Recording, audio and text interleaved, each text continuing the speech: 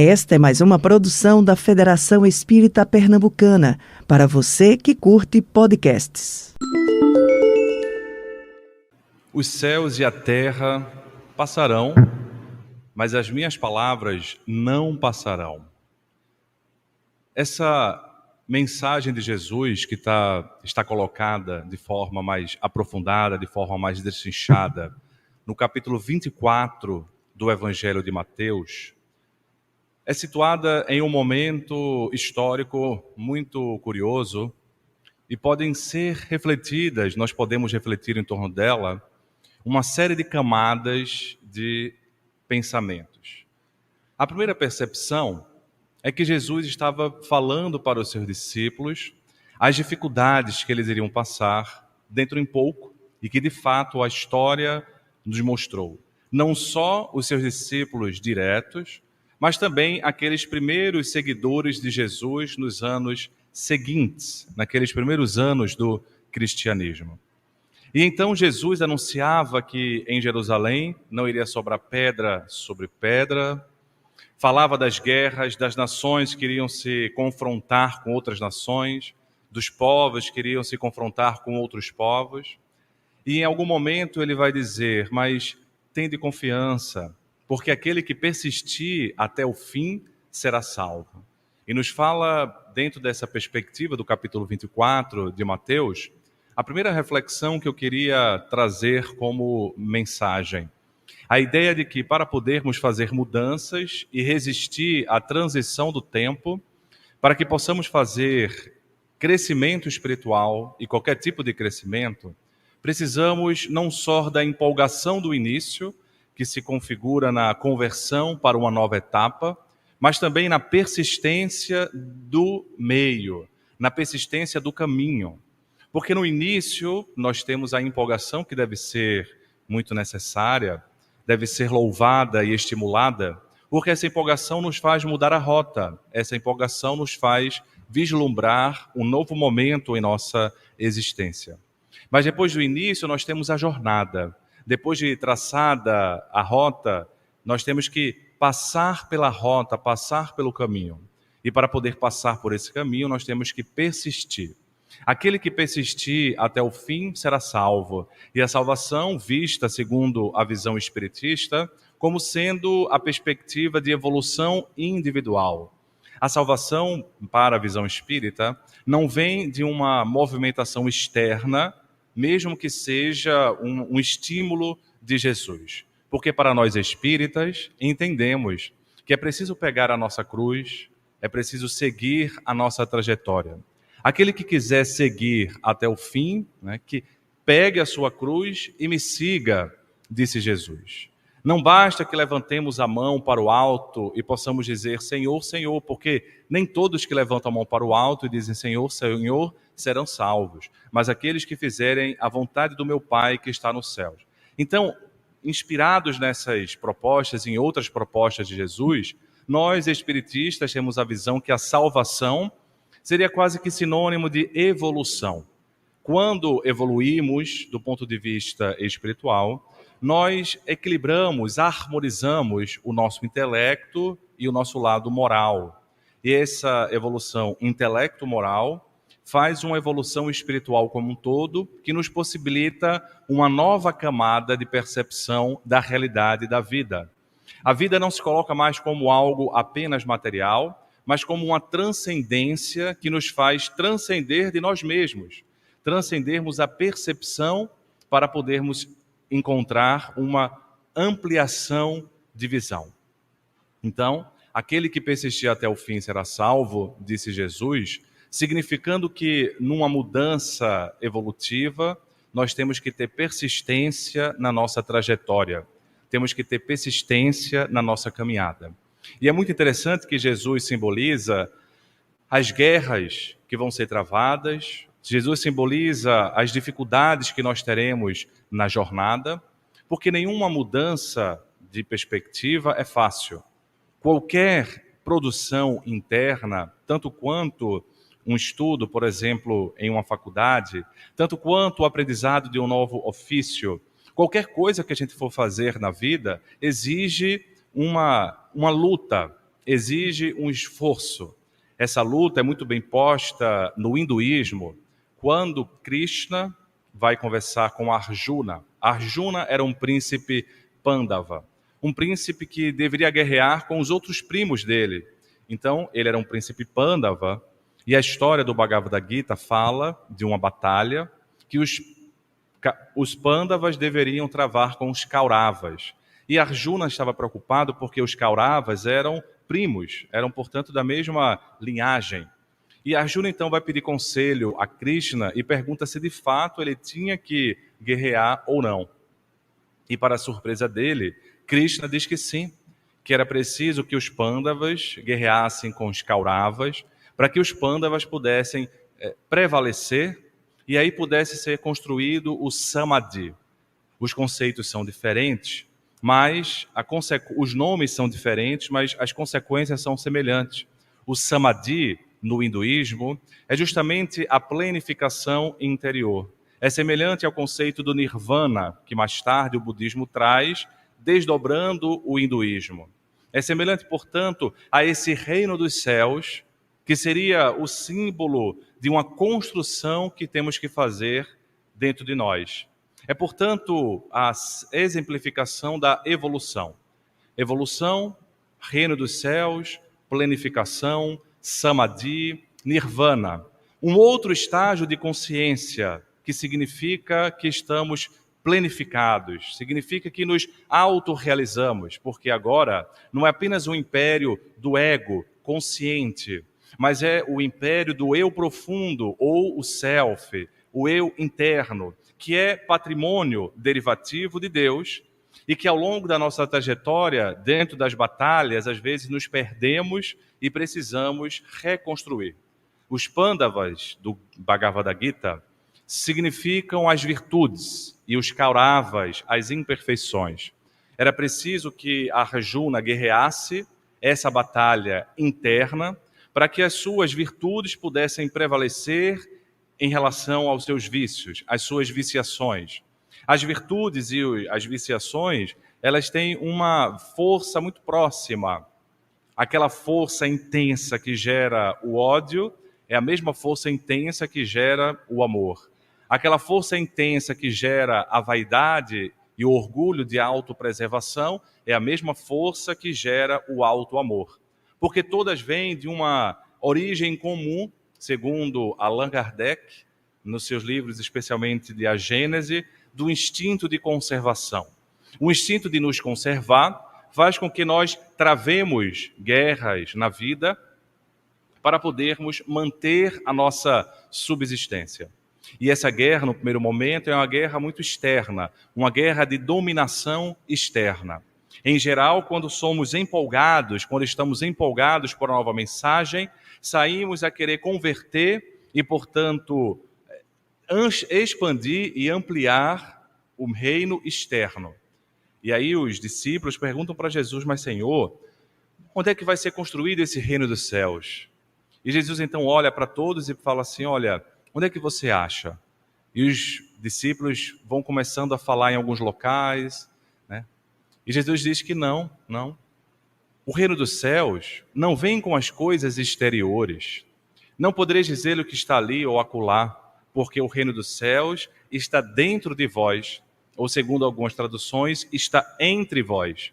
Porque quando o reino dos céus está dentro de nós, ele acaba se transbordando entre nós, porque nós começamos a traduzir um comportamento mais planificado, um comportamento mais harmonizado com as leis internas que estão conectadas com a consciência, fonte divina, segundo a visão espiritista, e o nosso comportamento ele acaba se harmonizando e criando um ambiente externo mais saudável, um ambiente externo mais ideal ou mais próximo do ideal.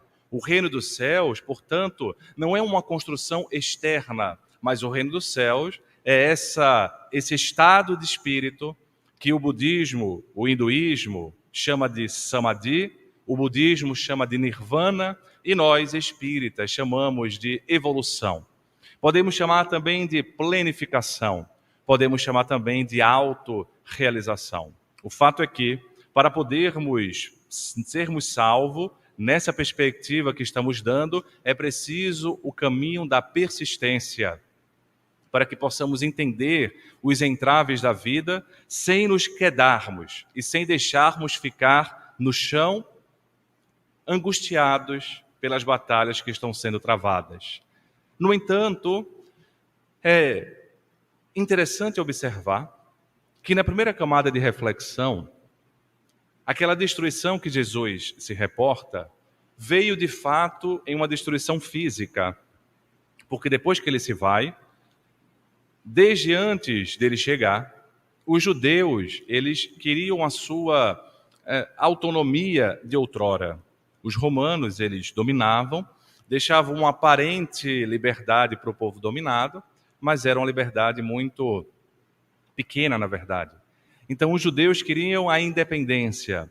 E existia uma série de correntes naquele momento, e um delas era os zelotas. Os zelotas eram aqueles que zelavam, por isso era zelota, aqueles que zelam pela palavra de Deus. Então, eram, digamos assim, os judeus bem ortodoxos e também que imaginavam o Messias numa perspectiva mais de guerreiro externo, não o Messias de uma batalha interna. O Messias que ia fazer o reino dos céus na terra e não o Messias que ia propor que o reino dos céus fosse construído na terra a partir da construção íntima de cada um. Então, um dos zelotas foi até discípulo direto de Jesus, né?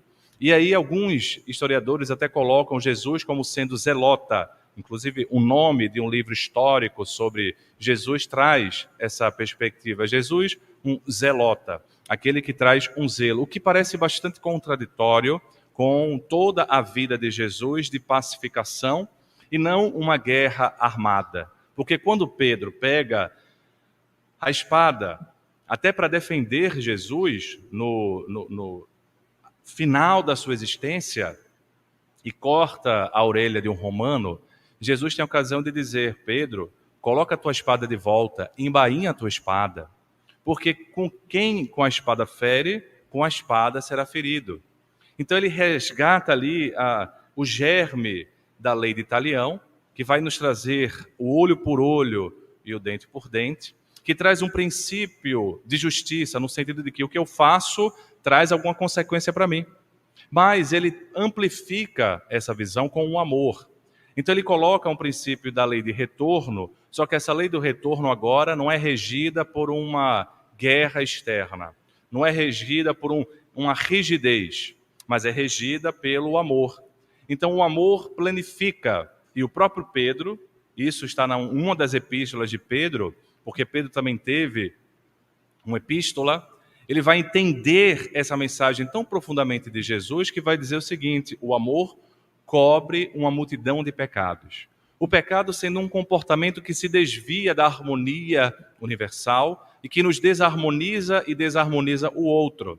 Então, ele entende que, de fato, quando nós nos desarmonizamos, nós recebemos as consequências porque já estamos desarmonizados internamente. Então, a consequência vem.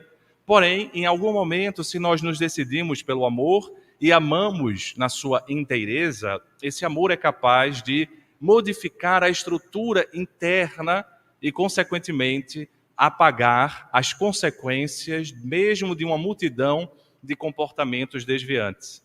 A lei de Jesus, portanto, que nós espiritistas acreditamos, é uma lei de causa e efeito, que diz que a cada um será dado segundo a sua obra, mas não uma lei de Talião, que diz que o olho vai ferir com o olho e o dente com o dente.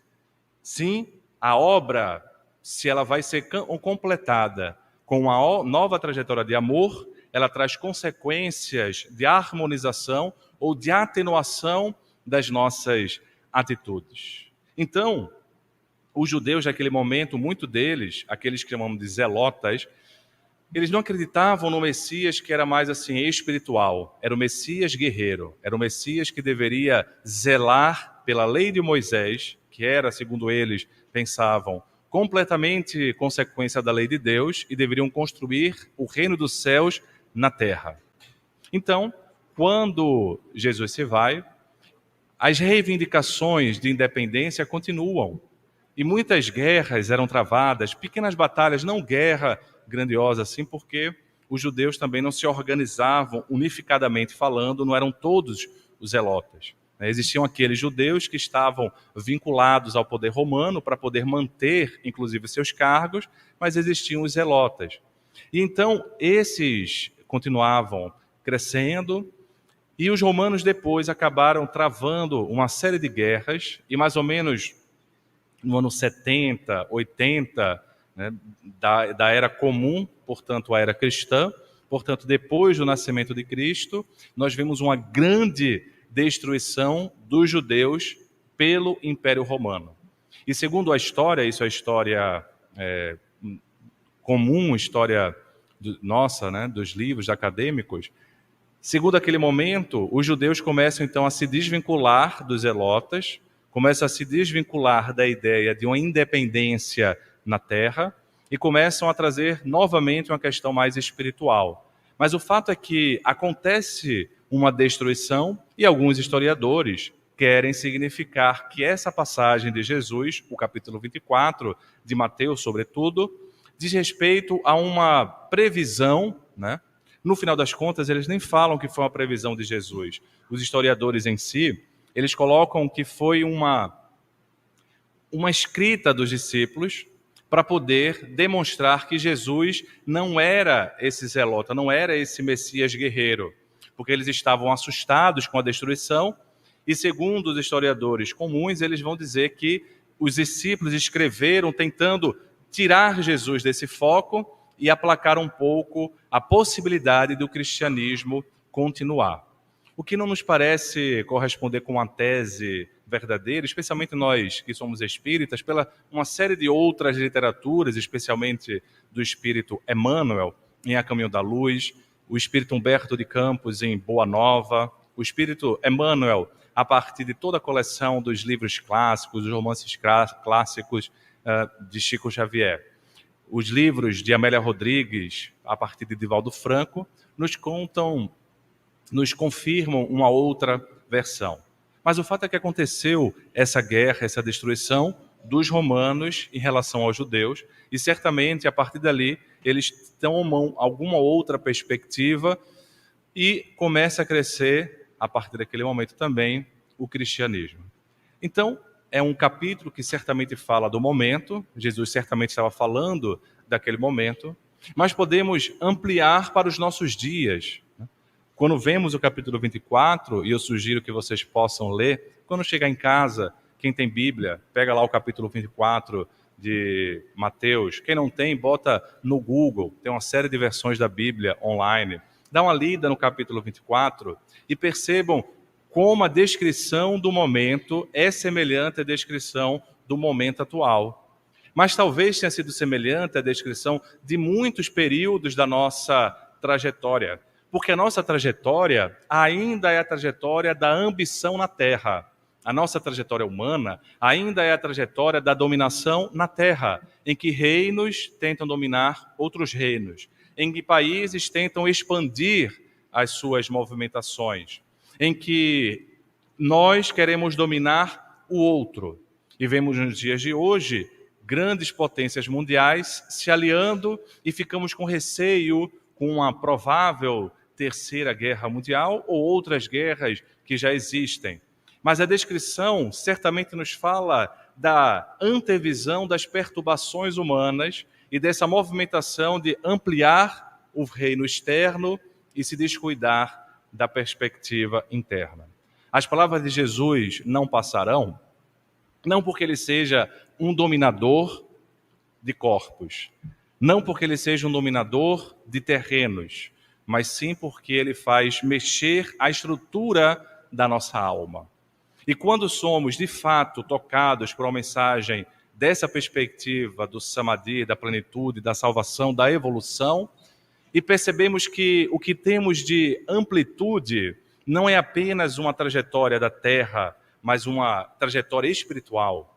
Quando entendemos que as reencarnações, elas respondem pelas nossas vidas e se juntam, Quando entendemos que a herança que podemos ter não é a herança que vamos deixar para os nossos filhos, nem a herança que podemos pegar dos nossos pais, mas a herança que temos é uma herança divina, que somos filhos de Deus, que temos um DNA divino dentro de nós, que a psicologia profunda, especialmente a Joana de Ângeles, coloca como sendo o eu profundo, e esse eu profundo, um reflexo de Deus. Quando entendemos que o que temos a nos ofertar é essa amplitude, certamente promovemos uma revolução dentro das nossas vidas, e ao longo da história a gente vai vendo tantas pessoas que se modificaram. E essas pessoas mostram que a palavra de Jesus não vai passar, embora as coisas mudem, embora as próprias igrejas, e não são só outras, mas nós também, se não tivermos a perspectiva da cautela, da humildade, do cuidado, nós também cairemos em erros, em equívocos, destruindo a mensagem cristã, não de fora, mas dentro. A pior destruição, para qualquer ideia, não é um combatente externo, mas é quando, dentro da própria ideia, dentro da própria comunidade que abraça aquela ideia, aparecem desvios, aparecem perturbações, aparecem as mais diversas guerras de fato. E aí vamos vendo que, na visão espiritista, ao longo da história, muitos inimigos da mensagem cristã foram se infiltrando. O farisaísmo de outrora foi criando um novo farisaísmo de agora e foi destruindo a fé das pessoas, não por um combate de uma ideia que vem de fora, mas por um materialismo que cresce dentro das visões espiritualistas. No final das contas, a revolução espírita, a revolução cristã que temos como proposta é uma revolução de percepção. Vivermos uma vida com a visão um pouco mais ampliada para o espiritualismo. Mas, em geral, nós queremos, de forma eventual, escutar a mensagem espiritualista, mas, se possível, queremos o céu aqui na terra. Apesar de entendermos a reencarnação, apesar de entendermos a perspectiva toda de evolução, muitas vezes queremos ainda as ambições materialistas. Então, de nome, somos espíritas, mas de vida somos bem materialistas. De nome, somos cristãos, mas de vida somos bastante perturbados como qualquer pessoa. Eu me recordo, e aí vou trazer uma série de pessoas que fui conhecendo nessa trajetória espírita, dessa existência, de outras, mas de pessoas que são verdadeiros exemplos, que nos mostram como a palavra de Jesus não passará. E uma delas eu conheci aqui mesmo, na Federação Espírita Pernambucana, porque no passado eu já trabalhei por aqui, fui evangelizando daqui, eu fui evangelizando do Núcleo Espírita, Investigadores da Luz, e também aqui na Federação Espírita Pernambucana. Depois fiz o ESD aqui e lá no NEIL, depois virei monitor de ESD daqui. Enfim, a trajetória passou muito aqui pela Federação Pernambucana. Em algum momento eu estava na diretoria, ajudando a Sônia, e já era médico, já era formado, já era psiquiatra. E uma pessoa, um trabalhador, eu vou falar o nome porque vou trazer toda uma perspectiva mais ampliada pela necessidade, pela utilidade do fato. Ele estava num processo final da sua existência corpórea e estava com uma demência, um quadro demencial. Então me pediram para que, como médico, pudesse ajudá-lo, e eu fui de forma voluntária, e me chamou a atenção porque falaram apenas que ele tinha sido presidente aqui da federação durante um tempo, mas eu não o conheci enquanto presidente, ele era de uma outra geração anterior. Então, eu fui, me chamou a atenção primeiro que ele morava bem perto daqui, e me chamou a atenção porque ele morava perto, porque ele trabalhava aqui na federação de forma voluntária. Fui, o ajudei, ele estava com um quadro demencial, a demência gera uma agitação psicomotora, mas geralmente, assim, para um psiquiatra, para você achar que a agitação está muito grave, tem que ser uma agitação muito grave mesmo. Assim. Ele estava com agitação que para mim estava leve, então foi só uma pequena medicação ser feita, e ele ficou bastante tranquilo, e ficou tranquilo até o final da sua existência, e eu o acompanhei até o final da sua existência. Eu vinha, me lembro muitas vezes, do sábado de manhã, vinha fazer as atividades no departamento de divulgação, o DECOM, na época acho que eu estava na diretoria substituindo Sônia, ia lá na casa dele, atendia e voltava. Mas o que chamava atenção, e o que eu queria compartilhar, é que embora eu fosse ajudá-lo, né, como médico, quando eu saía de lá, eu saía muito bem.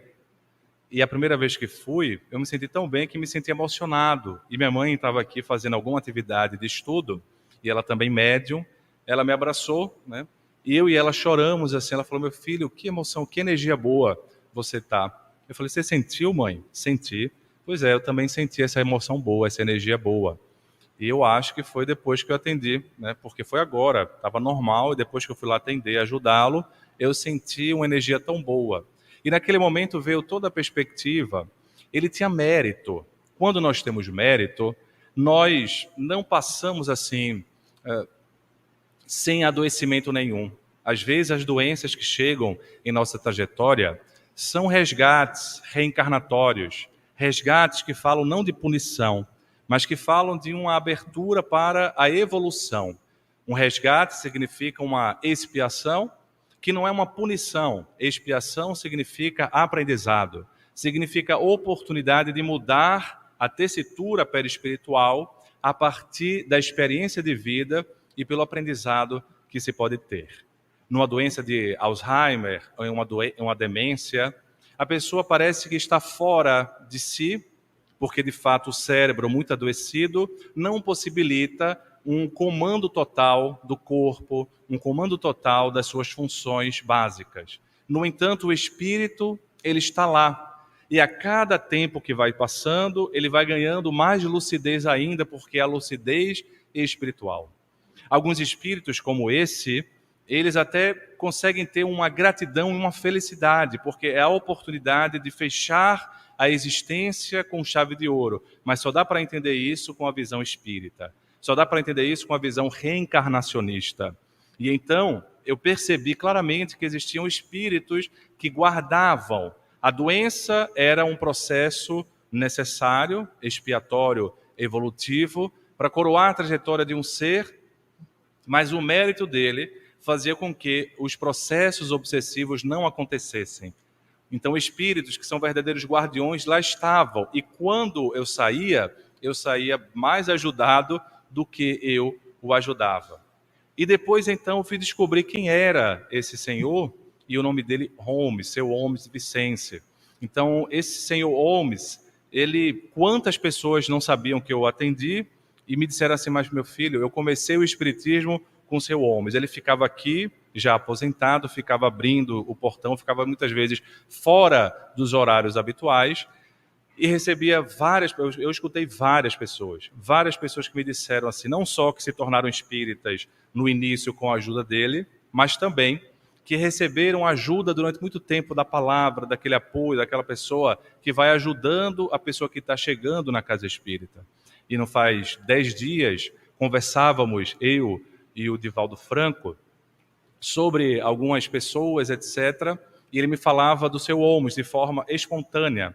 Então eu contei para ele, Divaldo, o senhor sabe que quando eu ia ajudá-lo, eu recebia muita energia boa, e eu ficava me sentindo muito feliz. Minha mãe captou isso, e eu acredito que existiam espíritos que o ajudavam para proteger, devido ao mérito que ele teve ao longo da existência. E então eu falei para ele, eu não tinha lido ainda isso no livro que o Filomeno de Miranda psicografou pelo Senhor nos transtornos psiquiátricos e obsessivos, em que ele narra casos semelhantes de pessoas em processos finais da existência, com Alzheimer, com Parkinson, com demências, em que o corpo está vulnerável, mas o espírito está protegido por benfeitores, pelo mérito existencial. A saúde vai, mas a palavra de Jesus não vai, porque ficou construída como patrimônio do coração da pessoa, e essa palavra de Jesus, fazendo uma revolução espiritual, faz com que ele tenha méritos e que acompanhe ele. E ele me dizia assim, pois é, ele está muito bem no mundo espiritual. Nada que nós fazemos para o amor, nada que nós fazemos para o bem se perde. Tudo vai ficando como patrimônio, visão alargada, amplitude espiritual, e vai nos protegendo no corpo e vai abrindo outras perspectivas também quando nós desencarnamos. Como uma outra senhora recifense que tive a oportunidade de conhecer porque nasci no centro espírita que ela fundou. Nasci, no final das contas, na maternidade, mas fui lá desde pequeno no centro espírita dela, que era a dona Niná, a Elizabeth Dantas Cavalcante. E ela desencarnou quando tinha uns 12 para 13 anos, acho que 12 anos. E ela era um espírito muito dedicado, um espírito muito dedicado.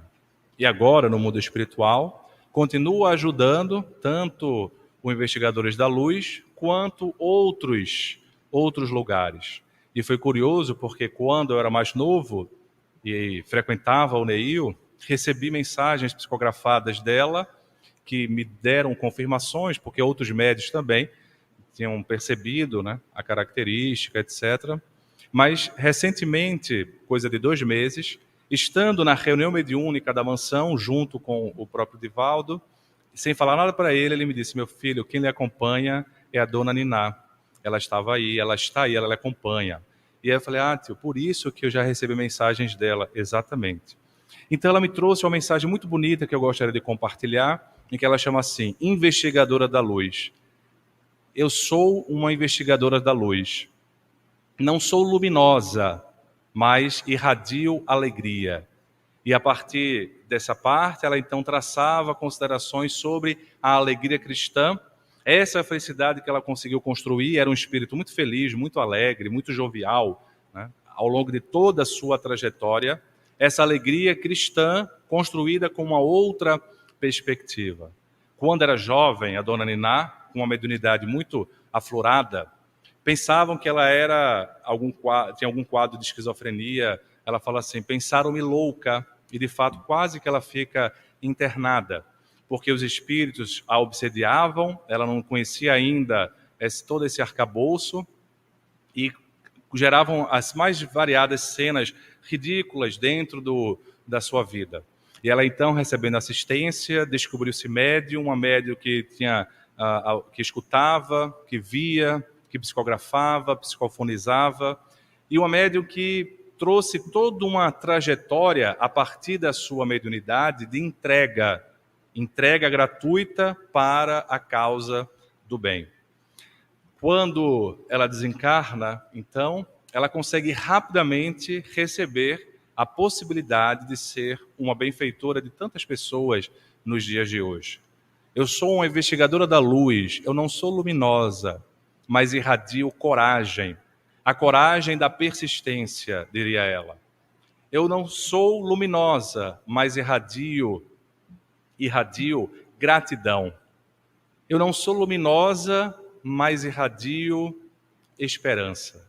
4 características que dizem muito bem desse espírito tenaz, desse espírito humilde, que se fosse apenas examinada pelos parâmetros convencionais, seria visualizada como alguma pessoa portando uma doença grave da psiquiatria. Porém, uma médium fantástica. E a sua vida é cheia de dores, cheia de perdas. Perdeu o primeiro esposo, perdeu o segundo esposo, perdeu filhos, a mãe. Em algumas das atividades, inclusive espíritas, devido a um acidente, ela perde a sua mãe, fisicamente falando. Mas um espírito que persiste, e quando o Divaldo vinha aqui para Recife, e ele é muito novo, ele fundou lá a pedra fundamental do NEIL, se tornaram amigos, né, ao longo de toda a trajetória. E ela dizia assim, porque em outras vidas ela teve uma existência mais ligada a uma frivolidade na parte da sexualidade, e agora ela trazia todo o resgate, porque a gente pensa assim: quando nos entregamos para Deus, quando nos entregamos para uma mensagem melhor, nós não vamos ter repercussão. Mas eu já trouxe aqui 2 repercussões, porque todas essas repercussões falam de resgates que nós estamos tendo de outras existências. No caso dela, uma vez ela estava assim muito angustiada, se sentindo só. E então achava que Deus a havia abandonado. E falava assim, numa lamúria: por que Deus me abandonou? E o seu mentor, também se apresentando como um índio, com outro nome, né, não, Jurupitã, ele então se apresentando para ela falou assim: Niná, que culpa tem Deus? E trouxe então toda a existência dela. Que culpa tem Deus por tu teres feito isso, isso? Ela então descobriu vários motivos das dificuldades que enfrentava. Então, a trajetória da palavra de Jesus que não passa, não é porque a palavra nos imuniza diante das dores. Ao contrário, as guerras, as dificuldades, os desafios acontecem. Mas essa palavra solidificada dentro de nós nos dá uma resistência moral, uma resignação, uma confiança. E esses problemas iriam acontecer mais cedo ou mais tarde, mas com fé, com essa palavra solidificada dentro de nós, pode ter certeza, nós temos muito mais ferramentas, muito mais instrumentos para passarmos pelas dificuldades. Em geral, passamos uma vida iludidos de que a dificuldade não vai chegar.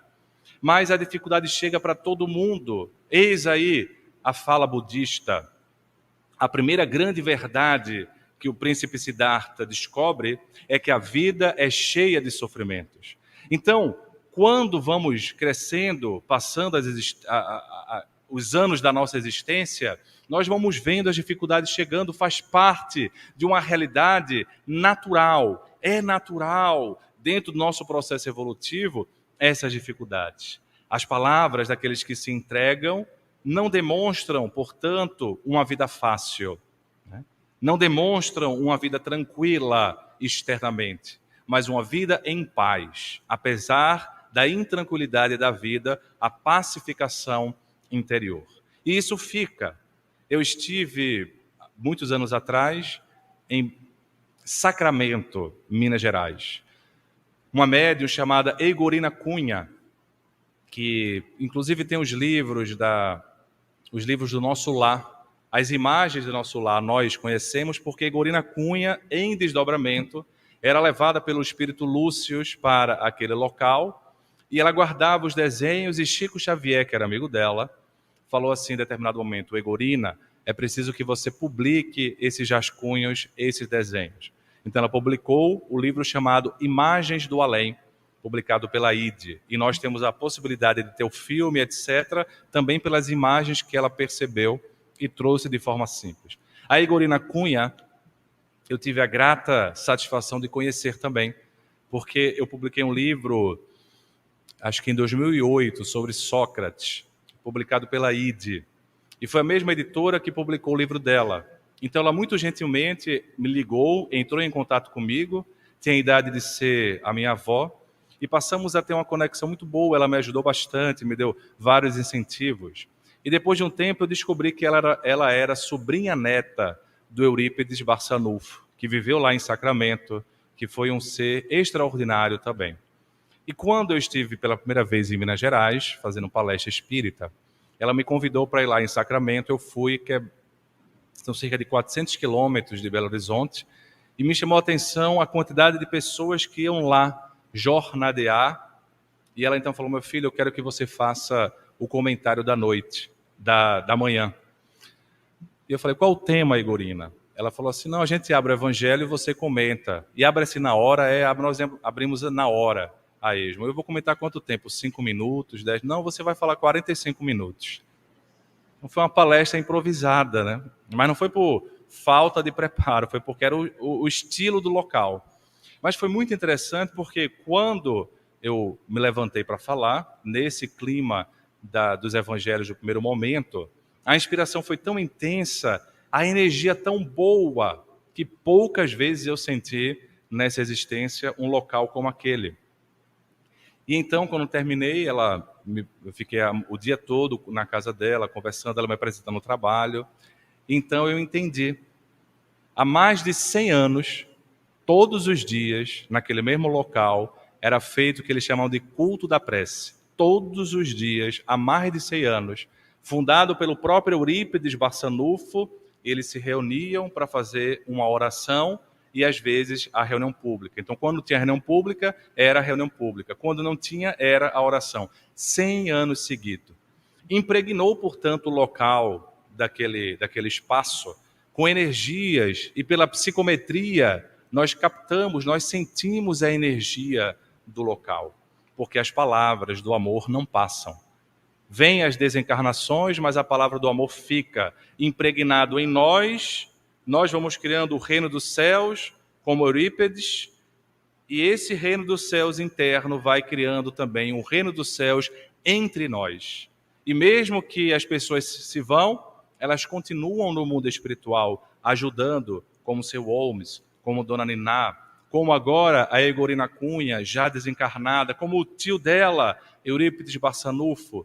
Todas essas pessoas concretizam, materializam a esperança de um futuro que pode começar já, na perspectiva do agora, dentro das possibilidades que nós temos. Do nosso jeito tímido, do nosso jeito ainda tacanho, mas possível, para podermos ser um pouco melhores. Quando estive pela primeira vez, e já há 5 anos, me vinculando à Mansão do Caminho em Salvador, eu fico ainda impressionado, como recentemente o outro fundador, o Nilson, comemorando 100 anos, né? Se estivesse reencarnado, toda a reunião foi em homenagem a ele, mas é impressionante. Aqueles 2 seres, o Divaldo Franco e o amigo Nilson.